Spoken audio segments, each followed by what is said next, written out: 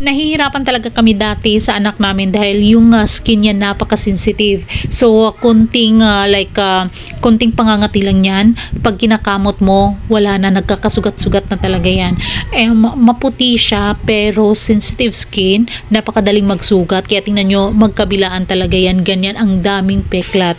So, ang dami na ring mga reseta ng doktor na hindi tumatalab. Pero eto, nakita ko to sa online, dito lang talaga siya hiyang. Kaya, make sure namin na meron kami lagi nito. Magaling din to sa buni, up, alipunga, fungi, psoriasis, eczema, skin allergies, bungang araw, butlig-butlig, acne, pekas, at melasma.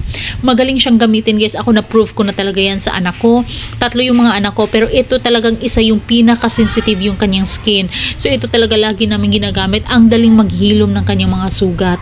And, maganda din yan sa kung may acne, pwede yan. Kaya click mo na yung yellow button